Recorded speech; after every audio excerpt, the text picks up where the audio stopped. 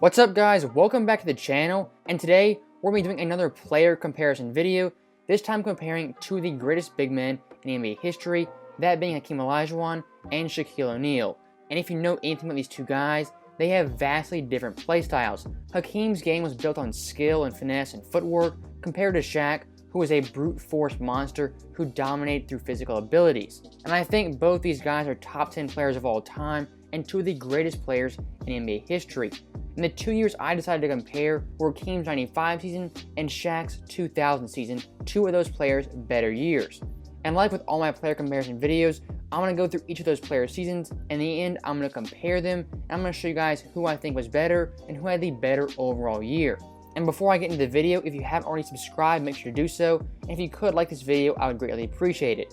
So with that out of the way, let's get into the video. Now first up in this video, we're going to look at Hakeem's 95 season.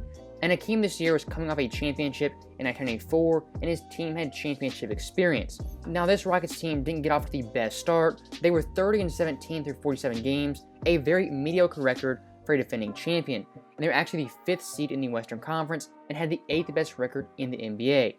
So with Houston struggling, they made a blockbuster trade for one Clyde Drexler, an 8-time All-Star, only giving up Otis Thorpe and a future first-round pick. Now with Clyde Drexler in the lineup, this Rockets team goes 17-18 the rest of the year and finished with a 47-35 record, the 6th best record in the Western Conference. And Hakeem this year was great as always. He averaged 27.8 points per game, 10.8 boards, 3.5 assists, 3.4 blocks, and 1.8 steals. And that was while shooting 51% from the field and 75.6% from the line. And one thing I do want to note very quickly is how great Hakeem was all around. He was 2nd in points per game, 8th in rebounds, 2nd in blocks, 9th in steals, and for assists, he was 2nd for all centers. So Hakeem this year was showcasing the all-around game, and he finished 5th in MVP voting and 5th in Defensive Player of the Year voting. Now where it really gets good is in the playoffs, as in the first round this Houston team, we matched up against the Utah Jazz, who had a 60-22 record. And this Jazz team was led by the duo of John Stockton and Karl Malone, and they also had pretty good role players like Jeff Hornacek, Antoine Carr, and Byron Russell. Now for this series, the Rockets, they would go down 2-1 in the first round, which back then was a best-of-5 series, so they were already facing elimination.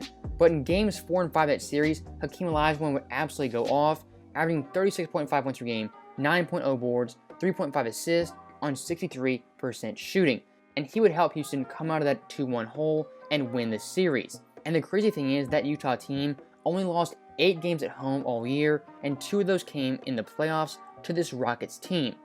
And if you look at how Hakeem played in this overall series, he averaged 35 points per game, 8.6 boards, 4.0 assists, 2.6 blocks on 57% shooting. So Hakeem was absolutely dominant versus this Jazz team, and he outplayed fellow All-Star Karl Malone.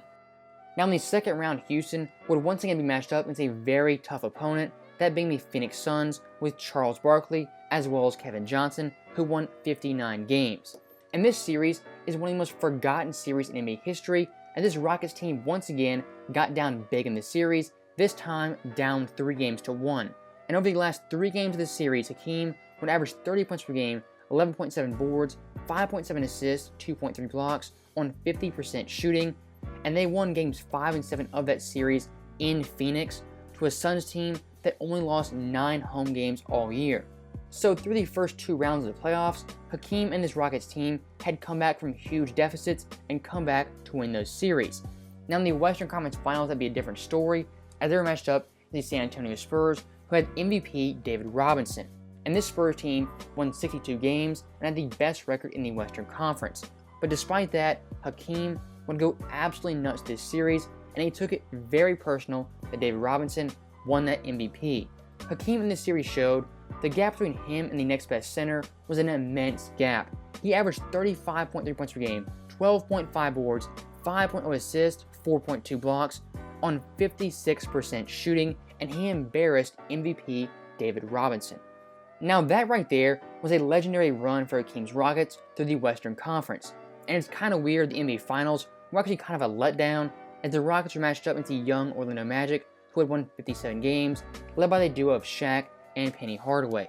Now the only big takeaway from this series comes in Game 1, as the Magic had a 20-point lead, but due to some great play for some role players like Kenny Smith, the Rockets would come back in that game and force overtime, and Hakeem had the game-winning tip-in.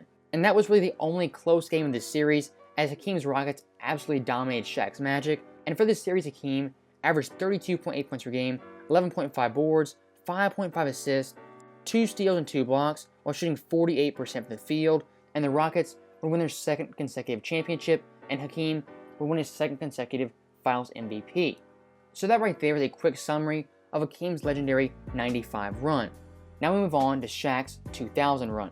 So for Shaq's 2000 season, this is his 4th year in LA, and he had yet to make the NBA Finals.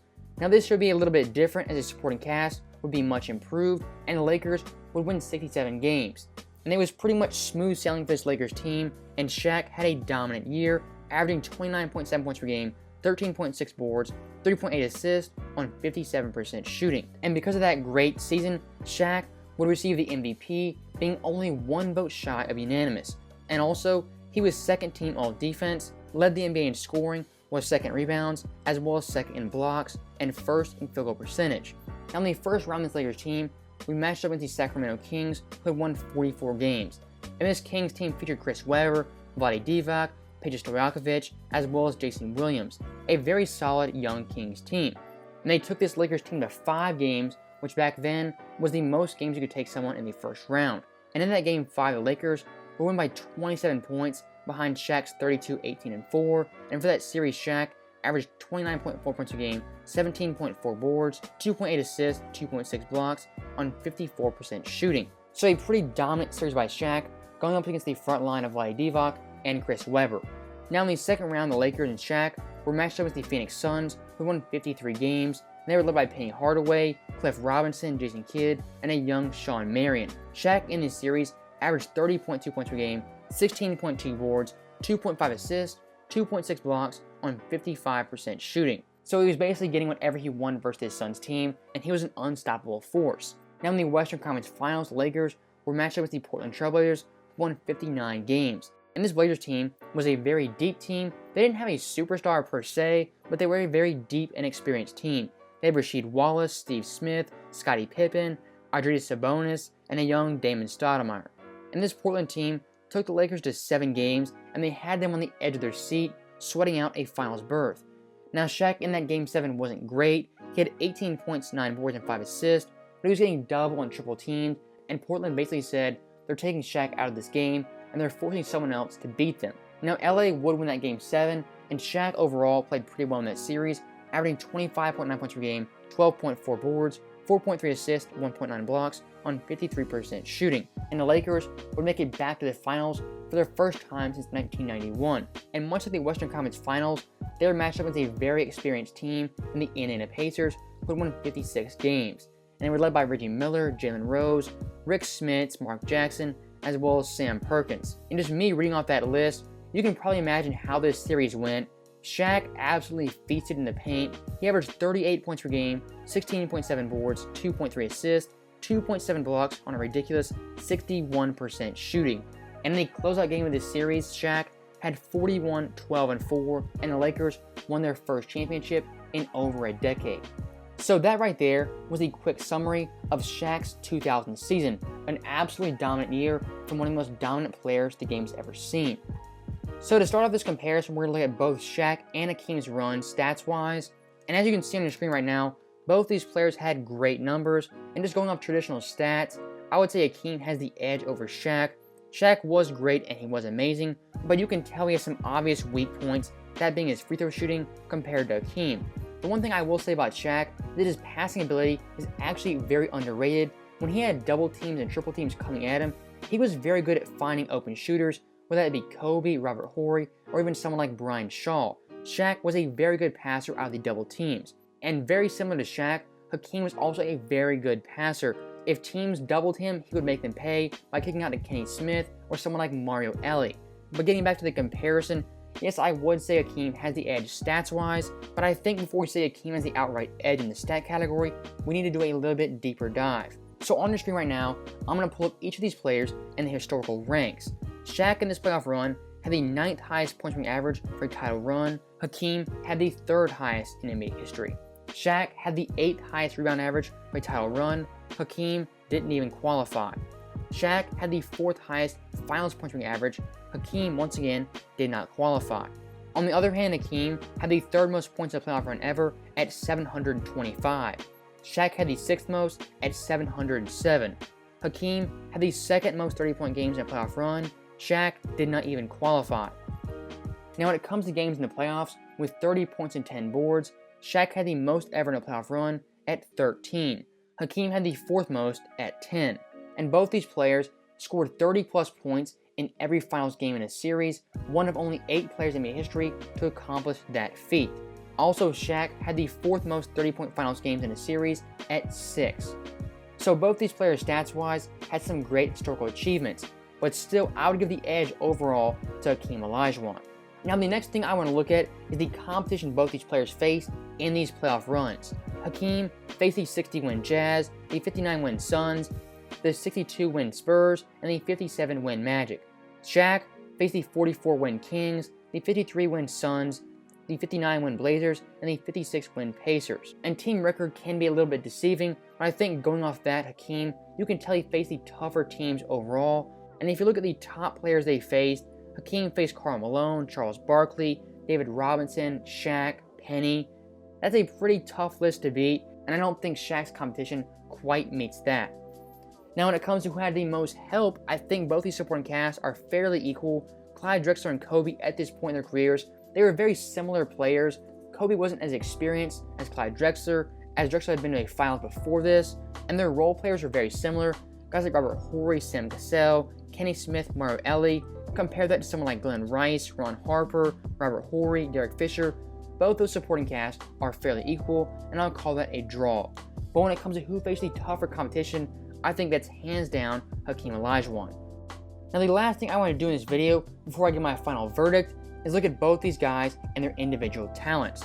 Hakeem at this point in his career, he wasn't as athletic as he was in previous years. He still was a freak athlete and had tremendous range on defense. He was the most versatile big in the NBA and possibly in NBA history. He could lock down 3 through 5, and if he had to, he could switch onto a 2 and kind of contain them if he had to, but 3 through 5, he had those guys locked down anytime they came in the paint.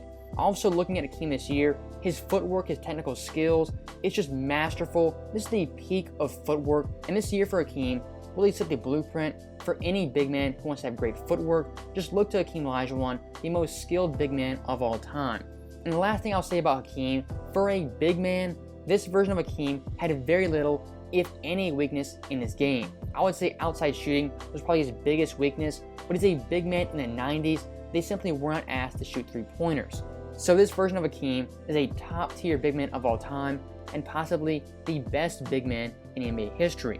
Now when looking at Shaq, his game wasn't as skilled, but doesn't mean he wasn't a skilled player. If you go back and watch these runs, he still had some pretty good flip shots, some runners, and he was very good at spinning in the post and throwing elbows, and just having tremendous power on all of his finishes. Now even with that skill, Shaq, he still was primarily physical force and just pure dominance. Go back and watch these highlights. I mean, Shaq was a beast, the most dominant player since Wilt Chamberlain, and I don't think we'll ever see another player quite like Shaquille O'Neal. And the one negative that always stands out with Shaq is poor free throw shooting, and he was a liability for his team at the free throw line as well as in late game situations. And that's a very big difference between both these players.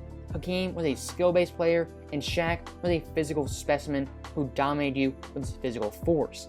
So my final verdict on who was better and who had the better overall year, I have to go with 95 Hakeem over 2000 Shaq. And that is no disrespect to Shaq, I just feel like Hakeem overall had the better year, and I actually think he is the better player. And I think down the line in this channel, I will do a comparison video of who had the best peaks in NBA history, and I think these two players will be heavily featured.